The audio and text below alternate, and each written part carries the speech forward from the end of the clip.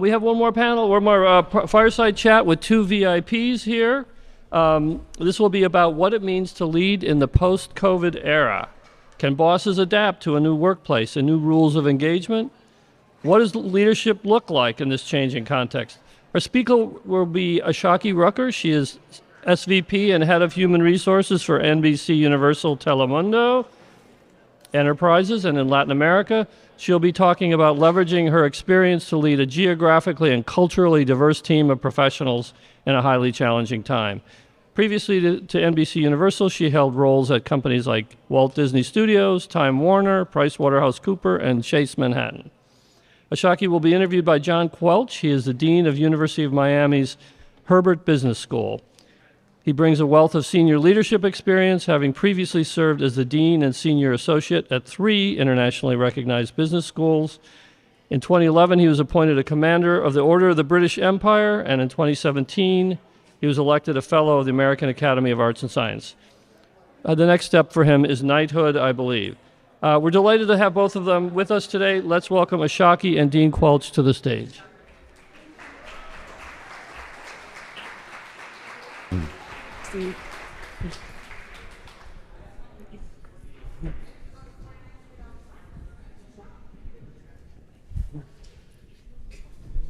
All right, good afternoon, everybody. Hello. That is a very lame response. If I say good afternoon, we're not worried about all those losers who have left the room, okay? You guys who are here for the final act, good afternoon. All right, thank you very much. Okay. Seeing everybody drain out of the room reminded me of the story of the guy who was giving a speech, and it was towards the end of the afternoon, and there was 10 people in the audience before he started, and then 9 of them left, and only one person was left in the room in the audience. And so he said, "Excuse me, but you must be very interested in what I'm talking about to be still here." And the answer was, "No, I'm not really interested in what you're talking about. I'm the next speaker." Anyway, we are going to top this event off with a fantastic fireside chat with Ashaki. And I want to start, because time is limited, just talk to us a little bit about leading in the post-COVID era. Right. What's changed? Thanks, Dean Quelch. It's a pleasure to be here. Thank you all for staying till the very end. I think, one of the things, at least from our perspective, that we've learned post-pandemic is that leaders really need to be more connected and tuned in to what's going on, with their teams. I think the past 2 years have shown us that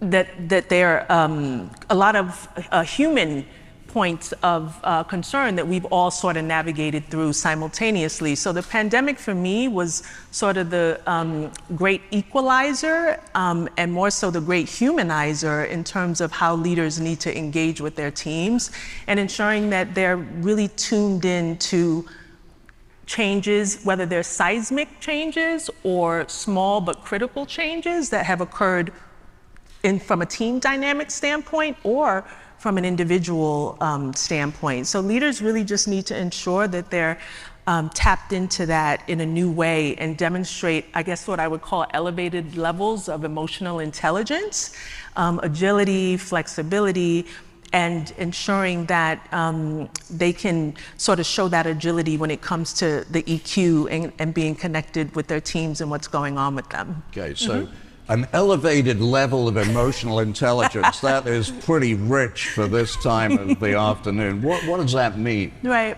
I think it actually interestingly means being okay to be vulnerable with your team and leading more so from a heart-centered place, which I think is very different than the dynamic that most of us experienced pre-pandemic, is that leaders were so much more focused on having, that more professional dynamic with their teams. But through the pandemic, we've all seen into each other's homes, we've all experienced many of the same things, personal losses, health scares, etc. So leaders need to be very comfortable in being vulnerable and really leaning into the heart space when engaging with their teams, which I think for some comes very naturally and authentically, but for others, it can be quite the challenge. Are you looking at me when you say that? You know, you know, what do you say to someone like me who's really old-fashioned, as you can tell? And, you know, I mean, I have a lot of trouble if I can't see the person right in front of me. You know, this remote work business, you know, I don't trust half the people. You know, I've heard it said, by the way, you know, someone said to me, I don't mind remote work, but if you want to get promoted, you better show up in the office. What do you say to someone like that? Right. I mean, I think for the traditional leaders, the reality is that the context has changed, right? We're not operating in the old paradigm. So if you want to, you know, recruit and retain the best talent, you really need to meet them where they are, and they're not in that place of, you know, traditional mindset. So I would say that in order to bring yourself forward as an executive, you really need to be more personally connected and invested in, you know, that dynamic between you and your teams. But isn't that harder to do if you're remote? Well, yes, and in our organization, we've actually taken an approach for hybrid. So for the most part, we've tried to blend the amount of time you work remotely as well as the amount of time that you spend in the office. For that very reason, because I think there's something to be said for nothing replaces or trumps that in-person dynamic. And I think, you know, you pointed to it, the data is showing us that younger professionals want to be in the office and spend time with leaders. They want that airtime, they want the exposure. And, you know, working remotely, you're just not going to get the benefit of that. Do you see segments in the workforce, though? In other words, it's not a one-size-fits-all scenario, right? There is a segment of people who want to work remotely and are more productive if they work remotely, but another segment who might want to work remotely but not as productive if they work. Absolutely. How do you manage to address multiple segments in terms of workplace preference in the same workforce? Right, and I think it boils down to, one, the understanding that there isn't a one-size-fits-all. I think you hit that on the head. We've been determining what functions specifically it makes sense to allow for, you know, fully complete remote work, and then also looking at roles where we think there's just huge benefit from both remote as well as that hybrid in-person time. And we're a creative company, so for us, there's something to be said for that in-person dynamic for creativity and collaboration and innovation to occur. That's really important to us. So I think, you know, in this post-COVID era, it's really important too for companies to evolve, but also to stay true to some of their core values as an organization as well. Because I think what tends to happen is we're sort of chasing the new thing, but we're also not very grounded in what's important to us as an organization. And I think trying to strike the right balance between the two is extremely critical. Okay, just one more sort of tactical question. How do you do water cooler mentoring online on Zoom? It's difficult. It's difficult, but I think it can be done. I think the last 2 years has really shown us that anything that we were capable of doing in the office could be done remotely. It's just not as deep of a connection, which is why we feel strongly that we want to ensure that we have time in the office. Now, I think one of the things we've grappled with is when you're in the office, how are you actually spending your time? Because if you're on the phone with people who are working remote and you're just sitting, you know, in your office or at your desk with a computer, that's clearly not valuable time. So we've actually spent time with our leaders talking about what kinds of work makes sense for you to be doing remotely, and when our teams are in the office, how do we make the best use of that time such that they're seeing the benefit of what it means to be in the office, to your point around water cooler mentoring and really connecting with people. And I'm a little old school too. I've been I've been doing HR for almost 30 years now, and I will say that being back in the office for me as well has been quite beneficial in terms of just the efficiencies that you grab when you have, your teams accessible and available to you. Right, right. So one thing that I think has been quite astonishing is how the labor market tightened up almost overnight. And what is the cause of that, and how are you dealing with attraction and retention of valued employees, apart from, of course, being flexible in terms of remote work and so forth, if that's what they require? How are you able to explain this phenomenon of the tightening up of the organization? Yeah, it's so interesting because I literally feel like the dynamic is changing from moment to moment. So right now we're in a moment where tech companies are losing, thousands of employees at a time. So I feel like if we had this conversation 6 months ago, it's sort of the market was tightening in terms of talent. But now we're in a place where, unfortunately, or fortunately for some of us who are still looking to recruit and retain talent, you're going to actually find a wealth of talented individuals who find themselves unexpectedly in the marketplace. So I think we sort of went through that phenomenon where, the grass looked quite green on the other side of some organizations, and employees were, sort of having these aha and significant reflection moments over the course of the past 2 years and seeking opportunities in that direction. And that's great, which was the tightening, right, of the environments, was how do you keep your people? For us, that's all employee experience.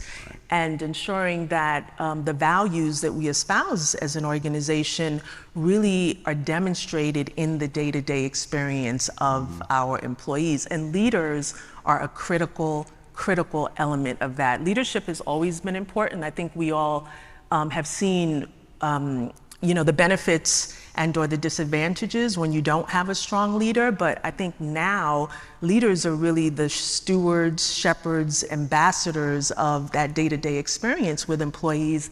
And it's our role as an HR team to really partner with those leaders, but also upskill our leaders so that they're really locking arms with us, because on a day in and day out basis, they're really sitting in the seat of creating an experience for employees that is either valued and going to help us, retain, or the other direction. Okay, just a small point. What? Say someone leaves Telemundo and takes another job elsewhere for 10% more, and then after 3 months they don't like it. Do you take them back, or do you always say goodbye? Right. I think it depends on the person, right? It's a very small marketplace, and we're, as a company, not opposed to having, a former employee who performed well and left professionally return to the organization. So, that's really a non-issue for us as long as they left in good standing. All right. Yeah.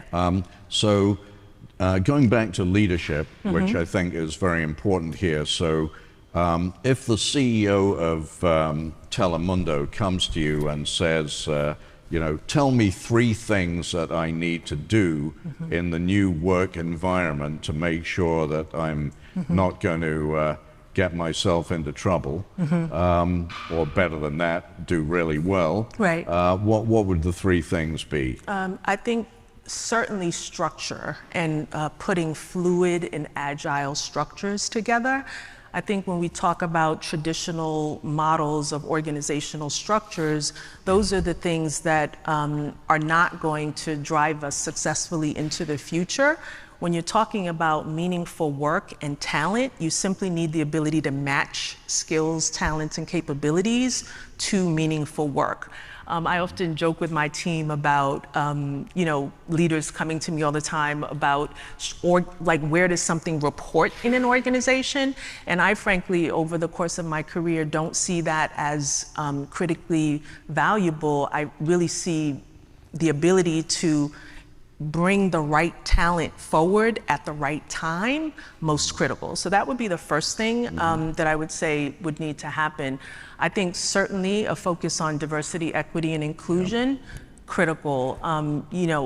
All elements of diversity, so critical. All the data shows that, recruiting and retaining diverse talent actually shows up in your bottom line. So this is not a nice to have, nice thing to do. We really need to focus our attention on diversity of talent in organization. And then I think the other thing is really driving creativity and innovation all day, every day, but creating safe spaces for people to fail too, right? Because I think that's part of creativity and innovation. And that's the piece that I think executives sometimes say they're comfortable with, but in the actual application of that, it becomes really challenging when a project or product doesn't work, or piece of content, which is our world, to actually still encourage our talent to continue trying and failing and building until we get it right.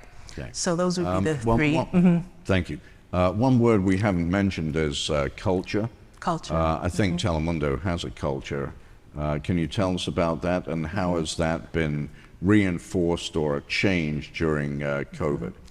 I actually think probably reinforced, post-COVID for sure. We have a very dynamic, fast-paced, creative culture, and in the midst of the pandemic, I'm so proud of the fact that we were able to change on a dime, literally change what was on air, change our product in terms of what we were sharing with our viewers. And our team, as an HR team, were able to step forward and help facilitate that. And then we also have always been an organization with heart. So really emphasizing that as we've returned as well hasn't been as difficult, I think. It's just been more emphasizing what we've already embedded and integrated into our organization on a regular basis. So it's been almost putting an exclamation mark on the values that we live and breathe every day, and really just taking care of our people. I think one of the things I was most proud of as head of HR is reading through comments after comments after comments in our survey post-pandemic around people saying they felt cared for. And that's what I mean about leading and engaging with people from the heart, is at the end of the day, people want to know that the company actually cares about them as individuals. And we rolled out new benefits programs. We moved all of our training and development virtual, so people still were able to get the benefit of that experience. So all of the things that we sort of were doing pre-pandemic, we sort of amplified post-pandemic, during the pandemic and post-pandemic. But did you have to lay off people during the pandemic? Yes. And how did you deal with that as a caring organization? Right. John, you're not on our questions. I'm kidding him. He's going into the good stuff.